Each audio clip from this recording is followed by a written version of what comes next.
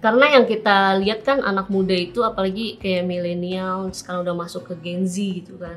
Mereka tuh suka sesuatu yang beda. Dengan konsep yang beda, yang unik gitu. Jiniso kan active jeans gitu kan. Kita pakai komunitas dancer, K-pop gitu kan. Mereka kan seneng gitu. Dan memang berhasil gitu. Jadi identitas Jiniso. Kita sempet kecurian sama karyawan kita, ada 3 karyawan cowok anak gudang. Jadi itu ternyata mereka tuh masukin iketan celana jeans itu ke dalam karung sampah sih. Nah, gue ingat banget tuh malam-malam gue bikin Excel, gue hitung dari stok opnam dan itu totalnya 2 miliar.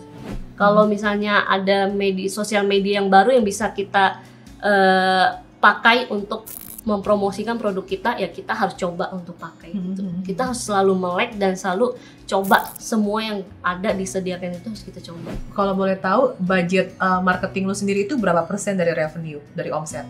10% sih. 10%? Setiap bulan kan kita ada laporan keuangan. Kita spend 10% itu kita full untuk iklan. Biasanya strategi lu sebelum menjelang big event, lu melakukan apa sih di media sosial? Bongkar semua nih, Ci. Bongkar dong, bongkar.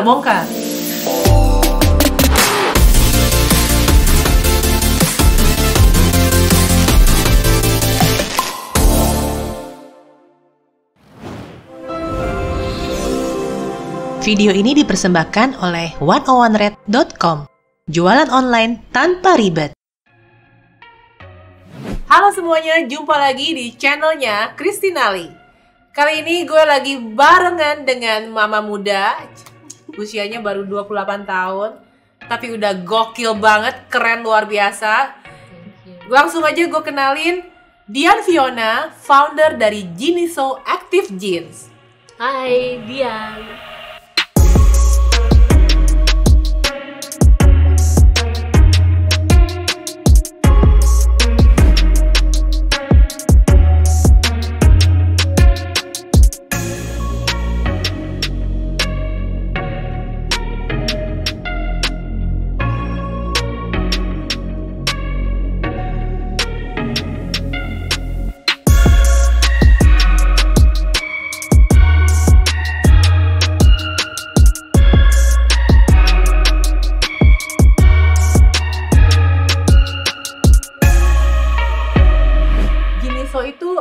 Mulainya dari tahun berapa sih?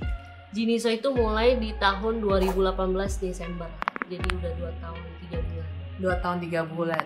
Terus itu gila sih, maksud gue sampai Instagram aja udah followernya banyak, di Shopee juga jualannya juga udah wow banget. Bahkan gue sempet lihat yang di feed lo Instagramnya Jiniso itu yang pas acara 3 Maret ya, 33. Iya, 33. Itu sih gila sih pengirimannya, sampai luber-luber kayak gitu. Iya. Itu gimana sih awal-awalnya lu bikin bisa terinspirasi membangun brand dengan nama Jiniso ini? Bangun Jiniso tuh sebenarnya aku gagal beberapa kali juga bikin brand selain Jiniso di awal-awal. Jadi banyak hal gitu yang harus dipertimbangkan ketika lu bikin brand gitu. Kayak lu mau mulai dengan konsep yang seperti apa? Lu mau jual jeans dengan seharga itu ke siapa? Apakah mereka bisa mampu untuk beli gitu kan? Oke. Dengan konsep untuk anak muda yang aktif gitu kan, yang spontanitas, yang anak muda yang suka explore gitu, dengan harga di bawah 150 itu bisa gitu untuk mereka beli gitu kan. Jadi Jiniso ini juga unik gitu, dari awalnya kita tuh justru nggak punya konsep. Oh gitu? Kita justru nggak tahu warna untuk desain Jiniso tuh warna apa aja. Kita benar-benar mulai dari jualan dulu di marketplace. Kita ngiklan, kita endorse gitu kan. Nah, jadilah penjualan yang banyak. Akhirnya dari penjualan kita putar untuk hire karyawan gitu, untuk bikin konsep yang lebih matang lagi, dan akhirnya kita mau mulai benar-benar branding sekarang gitu. Jadi brandingnya sekarang fokusnya udahlah active jeans aja, active buat pemuda-mudi yang aktif. Benar. Oke. Kan lu tadi sempat bilang ada berapa kali bikin brand. Berarti sebenarnya sebelum Jiniso ini lu juga dulu udah sering jualan ya? Bener-bener. Aku tuh jualan online shop itu dari umur 20. Udah 8 tahun yang lalu. Bener. Dan aku beruntung juga, papa aku kan produksi jeans. Mm-mm. Dulu papaku produksi jeans untuk vendor di Tanah Abang. Oke. Jadi dia nggak jualan. Nah, begitu aku masuk kuliahan, teman-teman aku tuh kan juga lagi coba-coba bisnis online shop. Nah, dari situ aku kayak suka ngirimin juga kayak produk dari papaku kan. Ini buatan papa gua nih, lu pada suka nggak sih gitu. Cobain dong gitu. Gitu. Iya. Akhirnya kita lagi ngumpul terus mereka langsung kayak ngomong, Dian lu boleh kali jualan nih jeans gitu kan. Daripada bokap lu suruh orang lain yang ngejualin, mending kayak lu sendiri nggak sih? Terus aku pikir, boleh juga nih, gue cari duit sendiri kan. Akhirnya benar, aku tuh bikin online shop ala-ala. Jadi kayak aku ambil hasil produksi papa aku comot-comot gitu untuk bayar aku nggak jual. ke bokap? Enggak. Aku sama sekali nggak bayar modalnya. Enak banget ya. Iya, karena papa aku pikir, mau jualan ya udah coba aja. Itu tuh ada tuh dolusin gitu kan. Oh, dolusin tuh udah, Bener, dolusin doang lah. dolusin. Dipikir cuma dolusin doang, katanya banyak lama-lama gue tekor nih kayaknya udah banyak.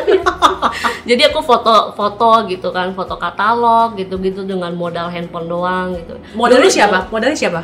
Ada. Itu dulu kan Instagramer juga baru muncul kan. Iya. Kayak masih free. Dulu endorse tuh kan free kan. Yang penting lu kirim barang. Terus aku jualin, ternyata banyak loh yang suka sama jeans itu. Dulu aku jualnya yang basic kan. Kan kadang ada orang nggak kebayang gitu, gue mesti barter barang sama orang ini biar dia pakai, yang followernya udah sekian.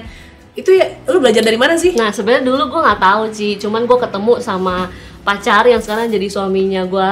Oke. Kita ketemunya itu di Instagram loh, Ci. Oh gitu? Iya. Nah, ini bisa jadi inspirasi buat yang masih jomblo ya, bisa ketemu cowok di Instagram. Benar, dulu dia tuh suka nge-like foto gitu kan, ya mungkin banyak cewek yang dia likein kali ya, Ci. jadi salah satu yang di-like foto lo gitu. Iya, terus dia bilang kayak nice gitu. Akhirnya kok ini siapa nih gitu. Terus kita kan invite, maksudnya visit dong. Stalking ini siapa sih cowok bilang-bilang terus nice akhirnya gitu. kita chat-chatan dan ternyata tuh ngeklik di pembahasan kita tuh tentang online shop gitu. Karena dia juga suka banget sama bisnis online ini. Dia juga jualan online? Dia jualan casing handphone dulu. Sekarang masih? Sekarang udah enggak. Fokus? Sekarang kita bisnis bareng. Bisnis bareng yang Jiniso ini? Benar. Oke, berarti lu tahu cara ngendorse juga dari dia bahkan? Iya, jadi kayak ngekliknya itu ketika kita ketemu, pembahasan kita ya itu kayak endorse itu apa sih gitu. Dan dia tahu gitu loh, endorse itu ini gini. Kita bisa ngeklik itu karena sama-sama senang sama bisnis online, kayak punya tujuan yang sama gitu sih. Jadi ada yang diobrolin lah. Benar, jadi kayak ngeklik aja sefrekuensi gitu. Kira kita sewa toko Tanah Abang. Kita ngomong sama bokap, boleh nggak sih produksiin merek kita sendiri gitu. Jadi kita sewa dulu harga Tanah Abang satu kios itu 25 juta. Itu di blok mana? Di Blok B. Dan itu benar-benar online shop semua. Oh. Jadi reseller bakal datang gitu yang nge-share foto kita di Facebook mereka, di grup chatnya mereka. Iya. Cuma ya berarti kalau kayak gitu kan reseller datang ke toko lo udah mesti siapin foto-foto dong ya? Benar. Jadi tuh dulu ada aplikasi semacam aplikasi itu, ada foto, harga, langsung orang bisa pesan gitu. Pas mereka datang kita udah bungkusin pesanannya mereka. Jadi berarti lu di Tanah Abang sendiri kios itu sampai tahun berapa? Sampai bulan apa? Di Tanah Abang itu 3 tahun loh, Ci. 3 tahun berarti oke. Tutupnya kapan? Tutupnya itu setelah kita merit, itu di tahun 2017 kita tutup. Jadi mulainya 2015 sampai 2017. Akhir. Oh, oke. Transisinya dari yang kios di Tanah Abang dengan brand lo yang pertama ke Jiniso ini ada transisi berapa bulan nggak? Jadi tuh kita pindah ke kantor. Iya. Itu kita bawa semua persediaan barang yang lama. Terus kita rebranding Jiniso itu kayaknya langsung sih, Ci.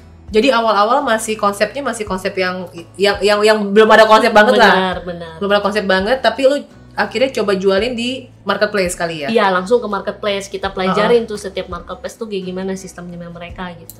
Setelah itu kita pikirin nih, kita bagusnya tuh bikin satu brand yang terkonsep. Berarti di marketplace sendiri waktu itu namanya bukan Jiniso? Bukan, nama lain. Nah, akhirnya kita bikin Jiniso ini dengan konsep anak muda gitu, harga terjangkau.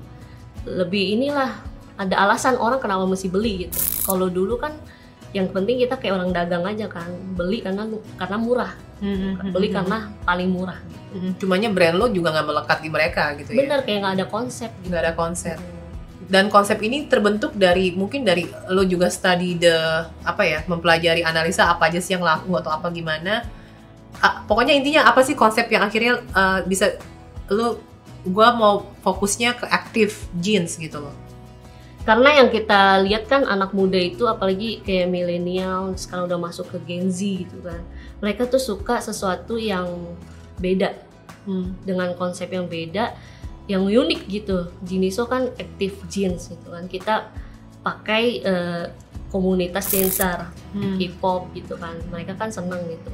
Dan memang berhasil gitu. Jadi identitas Jiniso. Gitu. Jiniso itu artinya apa sih?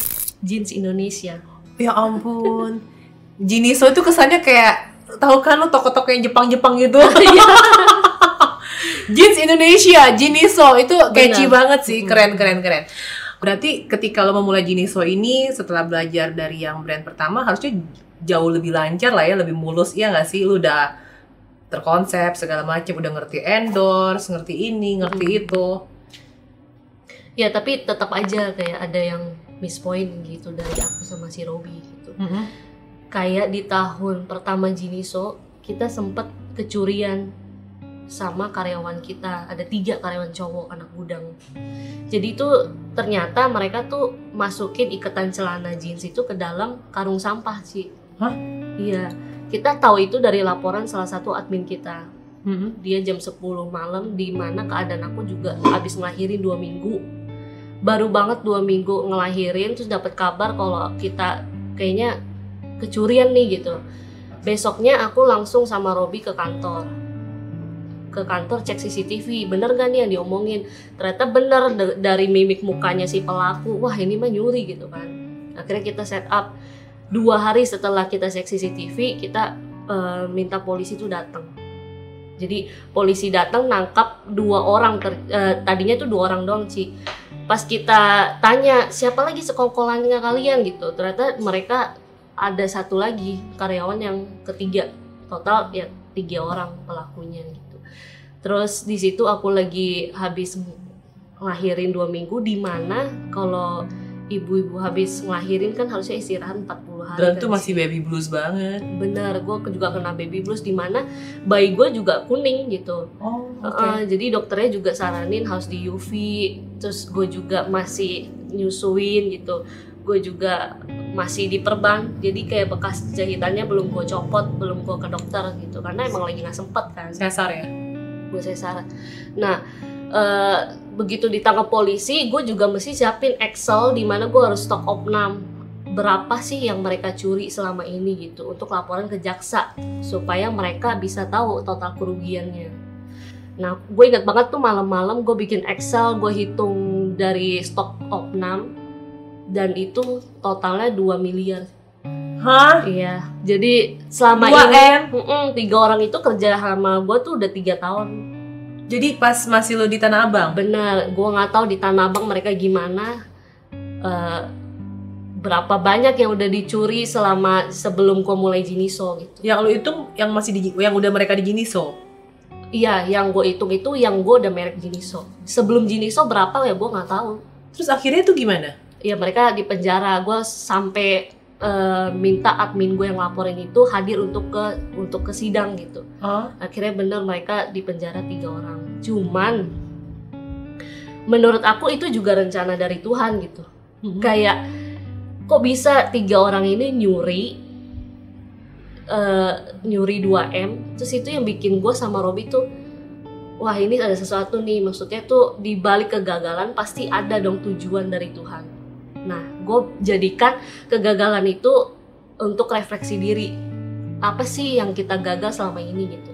Kita nggak stok opnam secara rutin. Gue nggak tahu jumlah stok gue berapa, makanya bisa mereka curi gitu kan. Fokus tuh jualan aja? Fokus gue jualan, yang penting jualan kenceng, produksi terus, barang nyampe di kantor, di gudang, terus kita jualan lagi. Jadi tuh nggak tahu barang sisa tuh berapa gitu. Itu kesalahan kita. Dulu karyawan masih ada berapa waktu ada pencurian ini? Kayak cuma 13 sih. 13? Iya, belasan doang. Jadi ya waktu itu juga sok omnam ya sendiri, sama si Robi juga turun tangan gitu. Tapi bisa sampai nyolong segitu banyak ya? Berarti selama 3 tahun kali ya? Mungkin. Oke. Sebenarnya kalau di gudang lo sendiri, kalau dihitung secara modal itu total nominalnya berapa sih yang selalu bertahan di gudang lo gitu loh? Persediaan kita di 5M sih, Ci. Di gudang yang selalu Di ready? gudang 5M, tapi kan tuh diputer terus, Ci. Oh, Jadi oke. yang kita hitung stok opnam sebelum kita pindah ke gudang, dari perpindahan dari Tanah Abang ke gudang, kita hitung stok awal sampai kecurian H-1, H+1 kita hitungnya, dan totalnya 2M selisih kayak gitu. Itu yang benar-benar titik terendah antara gue mundur apa gue maju nih gitu. Duitnya dibalikin? Enggak lah, nggak bisa. Itu mereka udah semakmurah apa itu? Ya aku cuman pakai hukum pidana, belum sampai ke perdata karena lagi covid juga kan, jadi kayak udahlah gitu. Ini baru ketahuannya tahun ini lagi, tahun lalu? Tahun lalu. Nah mereka katanya sih dibebasin ketika yang covid, terus napi-napi dibebasin. Ih, ngeselin banget. Ya tapi aku jadiin itu sebagai pelajaran sih, jadi kayak dari situ aku percaya gitu, ada pelajaran nih berharga. Jadi sekarang aku pakai auditor dari luar, laporan keuangan gitu. Mereka yang akan datang setiap bulan untuk stok opnam gitu. Dari situ ya Jiniso bisa berkembang sampai sekarang. Jadi apa yang gagal di masa lalu ya kita jadiin pelajaran dan kita perbarui terus. Nah dari situ akhirnya kita sampai sekarang itu rutin banget stok opnam. Boleh nggak sih lo share gimana lo bisa bangkit lah dari peristiwa itu? Karena kan banyak sekali orang yang ada kejadian terus terpukul, akhirnya makin terpuruk gitu loh. Tapi lo tuh bisa langsung pop move on gitu. Iya itu kan bisnis aku sama suami kan. Kita berdua sama sekali nggak saling nyalahin gitu. Kita sama-sama maafin diri kita sendiri. Yang aku percaya tuh 3 orang ini dikirim untuk mensukseskan kita berdua gitu. Kalau nggak ada mereka bertiga ya mungkin ya kita masih stok opnam males-malesan. Malah bisa kehilangan lebih banyak. Mungkin iya. Jadi kayak oke nih nextnya apa?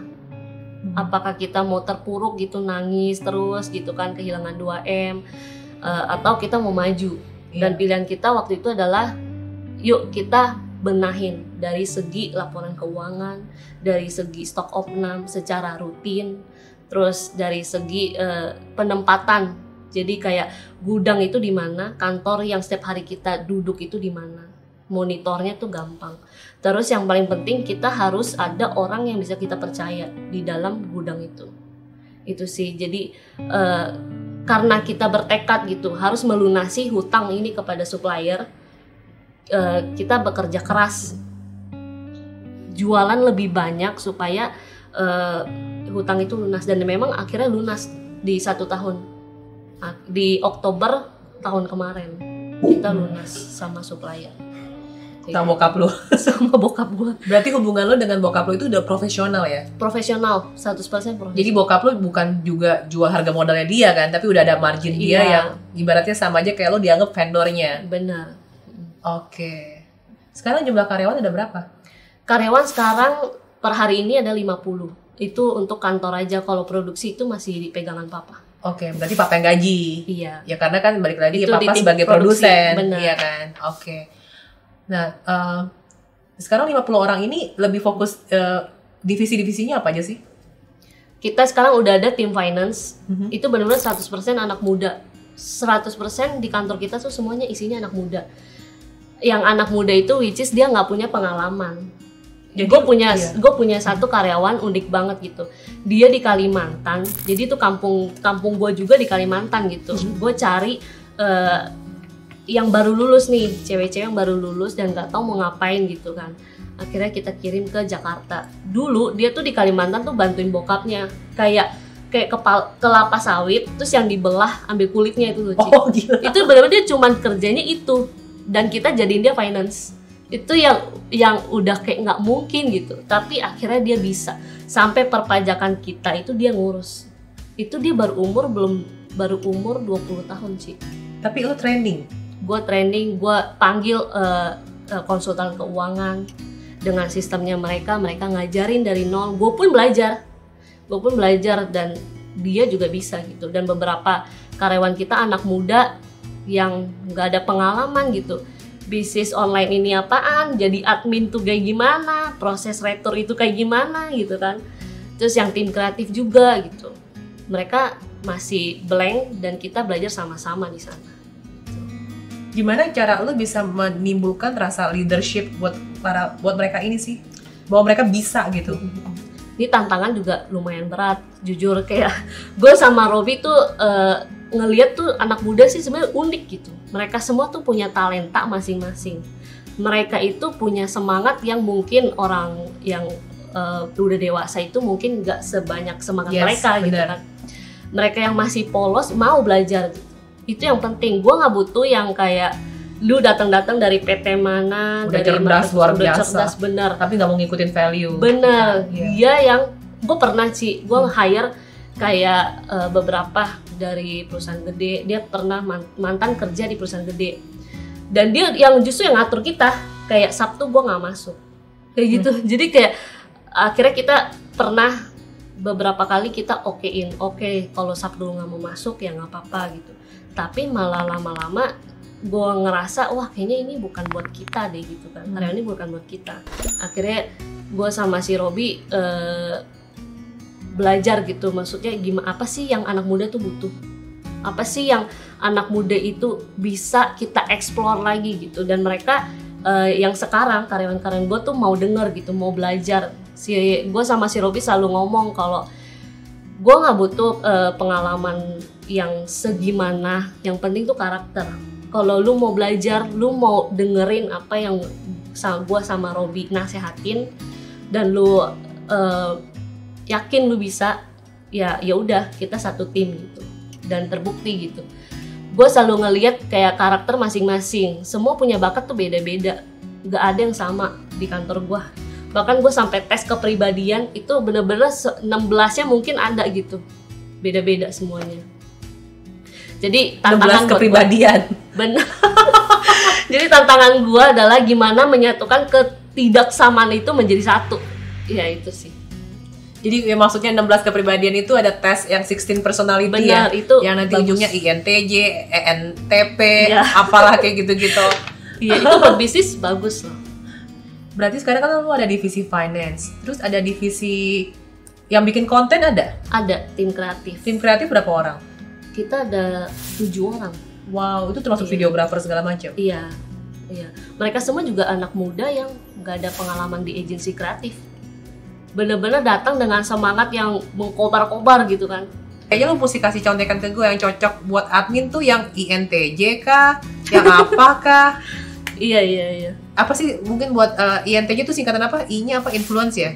I-nya itu introvert. Oh, sorry. I-nya introvert. N-nya apa N-nya? N-nya tuh dia selalu melihat ke depan. Jadi Wah. kayak mungkin punya visi. Kalau S itu ya, dia itu selalu mengerjakan apa yang depan mata. Steady ya, S ya? Yang real gitu. Yang real aja gitu. Nah kalau Cici N kan, aku juga N. Iya. Jadi kita tuh selalu mikir ke depan. Itu ngambil Visioner. tesnya di mana sih? Ada di Google. Di Google. 16 personality. Cari Google aja 16 personality ya. Itu penting banget sih karena ketika lu hire kalau di sisi gue ya Ci, ketika lu hire finance tapi dia extrovert gitu kan. Itu susah ya. Itu susah. Ketika lu hire kreatif tapi dia introvert itu juga susah. Dan ketika lu cari sekretaris yang nyusun jadwal dan lu carinya P, itu bakal berantakan P karena itu apa? P itu lebih instan gitu. Lebih instan, kayaknya lebih spontan. Oke. Nah, kebalikannya adalah J kan. Yang bagus itu yang untuk nyusun jadwal itu J, karena J itu terkesan rapi, suka dengan jadwal. J itu apa? Nggak tahu ya. J itu judgmental. J itu judgmental. Itu penting banget deh buat bisnis, apalagi anak muda kan, yang kita masih nggak kelihatan nih orang tuh mau kemana nih, tujuan hidupnya tuh gimana nih. Gitu. Kita pakai ini. Tapi memang bener sih. Gue percaya ya ketika kita mencari orang untuk tim itu kita mencari orang yang tepat. Bener. Bukan mencari orang yang pinter banget lah, orang yang dominan banget lah, atau orang yang kayak gitu-gitu lah. Oke, nah sekarang berarti ada divisi divisi finance, divisi konten, udah ada 7 orang. Finance ada berapa orang sendiri? Finance ada 9 sih. Ada 9? Iya, karena aku sama Robi tuh dari kejadian yang kecurangan itu, aku tuh bener-bener ngerasa wah kita harus rapi. Nggak boleh lagi kejadian 2 kali. Berarti tiap orang kerjain apa deh? Kasir kali ya? kan kita jual di marketplace. Iya. Mereka akan ngecek itu di marketplace ada nggak pesanan yang nyangkut. Oke. Itu pesanan mereka, ngatur voucher diskon itu kan Iya. berhubungan dengan uang semua tuh. Iya. Masuk duit dari Shopee, mereka akan ngecek gitu. Hari ini pesannya ini dari Shopee potongannya berapa persen sampai laporan ke pajaknya juga mereka semua rapi terformat. Mantap. Oke.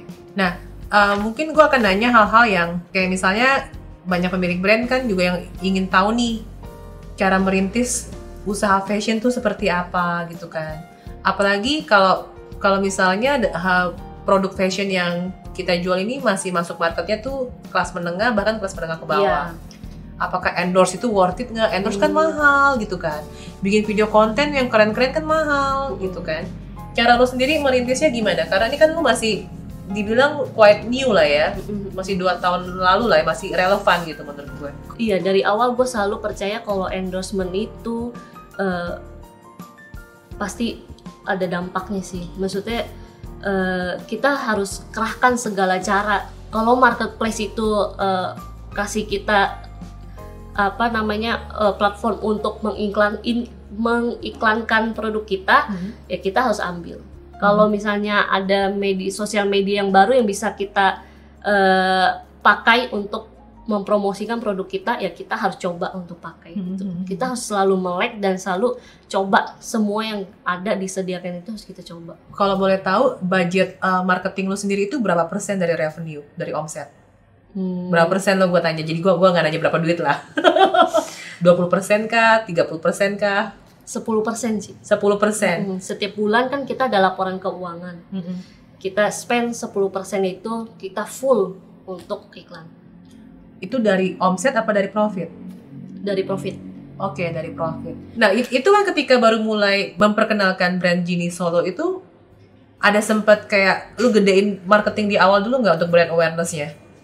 Nah, kan banyak tuh brand-brand, mungkin banyak banget brand yang lain itu mempersiapkan secara matang dulu dari awal. Kayak brand ini warna fontnya apa, logonya gimana, packagingnya gimana, terus udah bikin kantor yang bagus, hire karyawan yang profesional. Nah, kalau Genie Solo ini juga sedikit unik. Kita mulai justru dari penjualan dulu di marketplace. Oke. Begitu produk kita dikenal, penilaian kita meningkat, kita kaget gitu. Wah, banyak banget nih yang suka sama Genie Solo. Nah, dari situ mulai dari tahun ini, di awal tahun kita tuh pikirin apa sih yang customer kita selama ini tuh suka dari Genie Solo, dan kita harus pertajam itu. Kita harus bikin ini Genie Solo bener-bener lokal brand nomor 1 di Indonesia. Nah, sekarang kan Dian kan udah banyak mencoba berbagai macam platform, mulai dari iklan, TikTok, Instagram, marketplace. Traffic tertinggi menurut lu didatangkan dari awareness yang di media sosial mana? Dari TikTok kah? Dari Instagram kah? Karena menurut gue marketplace sekarang udah menjadi lebih ke arah point of sales. Kayak lu ngeliat iklannya di mana, ngeliat produk gue di mana, tapi lu transaksinya di marketplace gitu loh. Menurut aku sih dari endorsement sih, Ci. Dari endorsement. Tetap dari endorsement, dari kualitas juga. Karena kalau misalnya orang udah beli, mereka akan repurchase. Ada repeat order lagi. Repeat order. Itu yang bikin ya dari mulut ke mulut. Nah, gue pengen tahu nih, dengan segitu banyak orderan gitu ya, gimana cara lu memaintain, menjaga kepuasan si pembeli? Kalau aku sih punya tim CS yang benar-benar tuh setiap hari pekerjaannya adalah ngechat gitu, bales chat di Shopee. Dan kita akan mereview semua chatnya itu per minggu. Kita bakal ngeliat nih penilaian 2, penilaian 1 tuh kenapa gitu. Kita selalu memperbaiki apa yang salah gitu. Dan kayaknya selama ini sih lebih banyak yang puas, kalau aku boleh bilang. Lebih banyak yang memang sudah puas. Cuman ya kalau memang ada yang cacat, kita melakukan pengembalian. Menurut lu sendiri ketika lu nge-endorse, mendingan lu pakai kayak satu big influencer atau lu banyak menggunakan mungkin orang-orang yang bisa dibilang micro influencer? Iya. Kalau aku pakai semuanya sih. Ada makro, ada mikro, bahkan yang free juga kita pakai. Cara lu mau nge-endorse orang gimana sih? Aku ada satu cara DM-nya deh. Aku ada satu orang yang khusus mesti kejar target satu hari itu mesti endorse berapa orang. kayak gitu. Jadi berapa orang? Gue berasa. Kadang ya hebatnya dia tuh kadang bisa 12, kadang bisa 6 gitu. Ya karena kan mungkin balas chatnya lama merekanya gitu kan. Berarti dia mesti ngeliatin orang yang follower-followernya banyak gitu ya? Iya, mungkin bukan di follow juga, mungkin ya kalau di TikTok kan kita nggak tahu dia kapan FYP kan, nggak butuh dia followersnya banyak gitu. Ya kita yang penting tuh konsisten aja sih Ci, karena lu nggak boleh bolong-bolong gitu lu bulan ini endorse, bulan depan nggak usah lah, budget gua kayaknya sayang nih. Nah jangan pernah pikir kayak gitu sih. Jadi terus hajar-hajar, nanti lama-lama juga kok Jiniso ada di mana-mana ya gitu. Dan sekarang Jiniso ini sendiri juga semuanya udah produksi sendiri. 100% produksi sendiri dalam artian ya bokap lo ya, yang jadi produsen lo kan. Benar, yang tadinya bokap gue masih produksi untuk vendor lain, bener-bener 100% buat gue doang sekarang. udah gak kepegang, udah berapa kontes itu yang akhirnya dipakai bokap lo buat ngurusin lo? Sekarang ada 7 sih. Gila. 7 rumah produksi. Itu dengan 7 rumah produksi dengan kapasitas bisa berapa banyak dalam sebulan? Pengiriman untuk ke Jiniso itu bisa 6.000 potong per hari.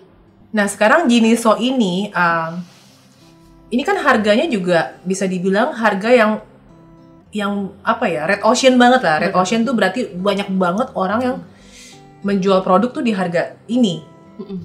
Nah apa yang bisa bikin lu percaya diri gitu ya ketika lu udah bikin brand Jiniso, oke lah gue mau jual di harga ini, dan lu kan pasti tahu dong lo kan bersaing dengan banyak pemain-pemain lama yang sudah jualan duluan di marketplace lah, atau di Instagram lah, atau di media sosial lainnya yang jualan jeans di harga dengan kisaran harga ini gitu. Yang paling penting sih dari brand lu itu ada value apa gitu. Kalau dari Jiniso itu adalah bokap gue udah produksi puluhan tahun, udah pengalaman di bidang jeans gitu. Dan polanya juga nyaman banget, polanya juga bagus banget, dan kita juga jual size dari 27 sampai 42 bahkan. Wow. Jadi bener-bener sampai lo mau segemuk apa itu Jiniso ada. Itu buat cewek atau ada juga buat cowok? Kita khusus cewek. Khusus cewek. Ya juga ya, secara bokap lo kan juga dulunya itu emang udah terbiasa produksi jeans buat brand-brand lain lah, bisa dibilang kan buat vendor yang di Tanah Abang juga jualan lagi buat orang-orang yang di dari white label dikasih brand lagi kan masing-masing kan. Dan terus juga menurut gue Jiniso emang bener sih secara cuttingannya juga enak banget. Nah terus lu kok bisa sih kayak masuk di harga kisaran yang menurut gue lumayan murah loh, itu di bawah 150.000 semua? Karena itu dia, karena kita produksi sendiri dan semua produk itu cepat berputar. Karena kita produksi sendiri masuk terus 6.000 per hari. Jadi kita stok selalu available. Oke. Sebenarnya itu sih kata kuncinya juga yang menurut gue bikin orang tuh nggak merasa di PHP-in, kan kadang sering ya. Gue suka nih jeans ini, ya ukuran gue habis. Atau udah pesan, tahu pesanan ditolak, ukuran tidak ada, kayak gitu kan. Oke. Dan yang paling penting kan customer service. Kita punya pasukan customer service yang benar-benar siaga gitu untuk ngejawabin komplain, dan akan kita review kan per minggunya gitu. Jadi benar-benar menurut gue itu ada value-nya Jiniso. Jiniso itu ada value yang dimana dari red ocean yang tadi Cici bilang kita twist jadi blue ocean gitu. Karena lu unik ya. Iya. Unik dari sisi harga. Ya iyalah, lu bisa produksi 6.000 biji sehari. Itu udah pasti kayak lu main quantity kan. Main quantity udah pasti bisa menekan harga produksi itu jadi murah lah ketimbang ketimbang orang yang brand baru mungkin yang baru bisa pesannya cuma mungkin 100, 500 per hari. Apalagi mungkin ada yang import kan. Jadi jeans kita itu setara dengan yang harga jeans yang 2 kali lipat mungkin dari harga kita. Nah sekarang lu sendiri ada gak sih kepikiran lu menerima orderan jeans dari brand lain? Kan lu udah ibaratnya bokap lu tuh udah ya lu bokap lu sendiri produsennya kan. Ya pasti ada sih Ci, cuman tunggu saatnya aja. Sekarang aja masih kewalahan. Bener. Untuk Jinisonya aja kita gencar banget gitu di Ramadan, di Harbolnas gitu. Nantilah Sun. Biasanya strategi lu sebelum menjelang big event, lu melakukan apa sih di media sosial? Bongkar semua nih Ci. Bongkar dong, bongkar. Yang pasti kita mesti kerahkan semuanya yang kita bisa lakukan.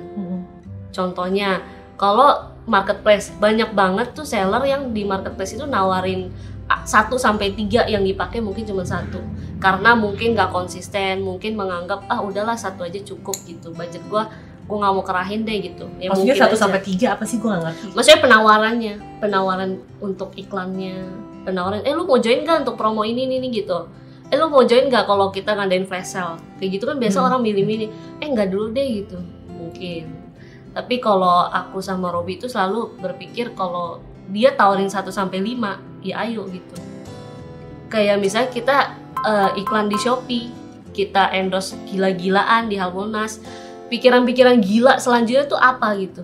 Kayak gue mesti ngapain ya nih biar customer kita tuh terkaget-kaget gitu kan, yang benar-benar bisa bikin viral gitu. Lu ketika flash sale pernah jual di harga serendah apa?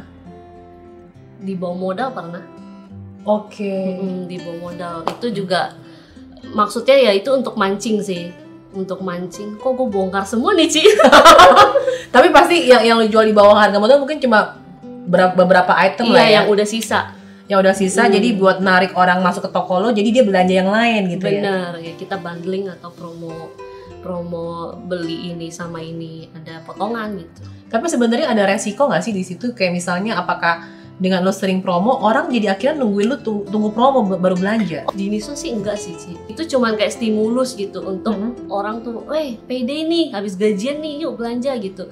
Ini hari yang paling tepat untuk kalian belanja gitu. Tapi kalau untuk setelah Harbolnas itu kan, kalau aku bisa lihat dari data itu kebanyakan orang ya beli lagi gitu. Karena mereka puas dan mereka beli varian lainnya. Benar. Dari dia yang mungkin mamanya mau. Kita banyak banget dapat DM yang kayak, wah Jiniso keren banget, sampai nyokap gue juga mau nih, sampai temen gue juga mau nih, gitu. Itu yang bikin kita bisa sampai sekarang gitu, karena kualitas kita nomor 1.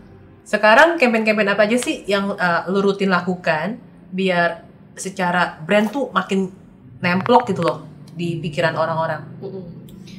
Kita lagi nyusun campaign di bulan Maret ini. Temanya adalah lo keren apa adanya. Lu keren apa adanya. Gila, keren banget. Karena tuh kebanyakan tuh wanita kan insecure kan. Iya. Ya mungkin lu suka ngomong ke teman gitu. Sebenarnya tuh bercanda kayak dud gitu. Dud gitu. Iya, itu kan semacam ya lu nggak tahu perasaan orang yang di. Iya. Nah, kita lagi mengusung kenapa lo harus ikutin kata orang. Kayak misalnya Ci, kayak lu cakepan kalau lu make up deh. Lu kayaknya bagusan kalau lu makan banyakan deh, kayak gitu loh. Kayak lu kurus banget sih kayak gitu. Nah, itu yang bikin cewek itu terekam gitu. Wah, apa iya ya gua harus gini. Sebenarnya tuh lu gak usah mikirin. Karena lu ya keren, lu apa adanya gitu. Gila nih, cocok banget kolaborasi dengan Lume Colors yang be confident, be you gitu kan. Lu keren apa adanya, kalau gue ya itu be confident, be you, self love lah ya. Ya karena semua orang kan unik kan sih. Jadi berarti campaign ini lu akan sampaikan via mungkin dari TikTokers, dari apa, message-nya sama semua. Jiniso, lu keren apa adanya. Sebenarnya itu jadi tagline bagus loh. Oh, tagline kita Jiniso emang keren. Oh, Jiniso emang keren. Jadi Jiniso kan emang keren gitu. Oke, gila ya, udah menginspirasi banget pembicaraan. Udah sebenarnya sih aslinya 2 jam kayaknya. Tapi kayaknya nanti kalau udah di cut jadi sejam. Cuma ya gue pengen tahu siapa sih sosok yang selama ini menginspirasi lo gitu. Yang menginspirasi aku tuh ya, aku sebenarnya gampang terinspirasi sih. Oh gitu? Kayak aku sekarang sama Cici aja aku udah banyak banget inspirasi banget. Apa ya, perasaan dari tadi gue tanya-tanya doang. Banyak. Jadi kalau untuk aku itu papa. Oke. Karena papa itu selalu ngajarin jangan lu takut gagal, jangan takut untuk lu mulai gitu. Dan yang paling penting itu adalah lu tujuan lu untuk bikin bisnis, lu menghasilkan duit itu untuk apa gitu.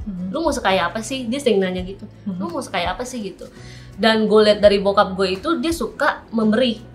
Dia suka kayak di Kalimantan, di kampung kita itu dia kasih sembako gitu ke orang-orang yang udah tua yang emang udah gak produktif, sekolahin anak gitu. Dan pada saat awal tahun 2021 itu aku juga sempat kaget sih. Itu aku pelajarin ya, harus memberi gitu. Ya untuk lu hidup itu lu mau dikenal sebagai apa? Lu hidup tuh untuk apa sih gitu kan? di awal tahun itu sekolah di Kalimantan tuh telepon papaku. Ini sekolah yang emang harga uang sekolah itu 170.000 per bulan sih anak-anaknya. Dan banyak banget orang tua tuh yang nggak mampu untuk bayar harga segitu per bulan.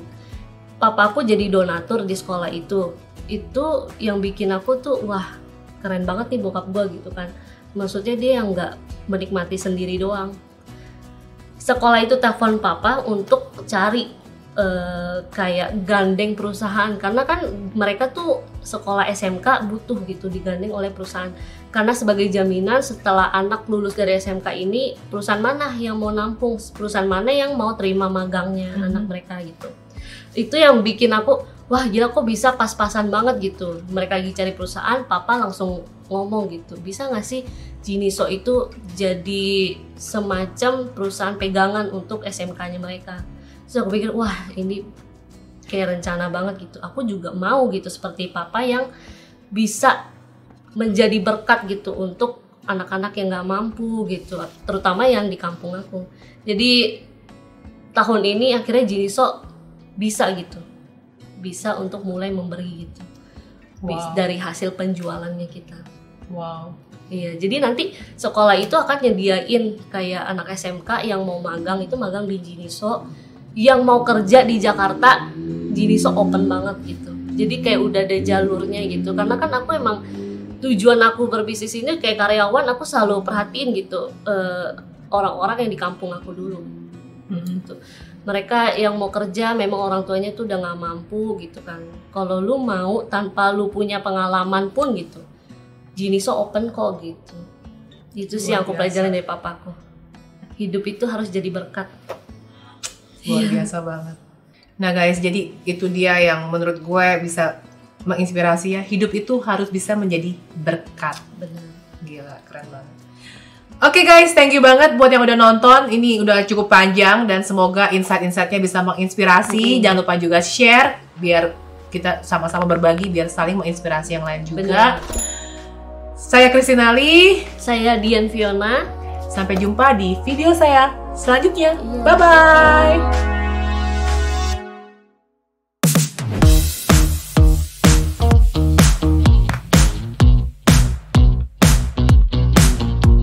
Tidaklah masalah berapa kali kita gagal. Tidak penting berapa kali kita hampir berhasil.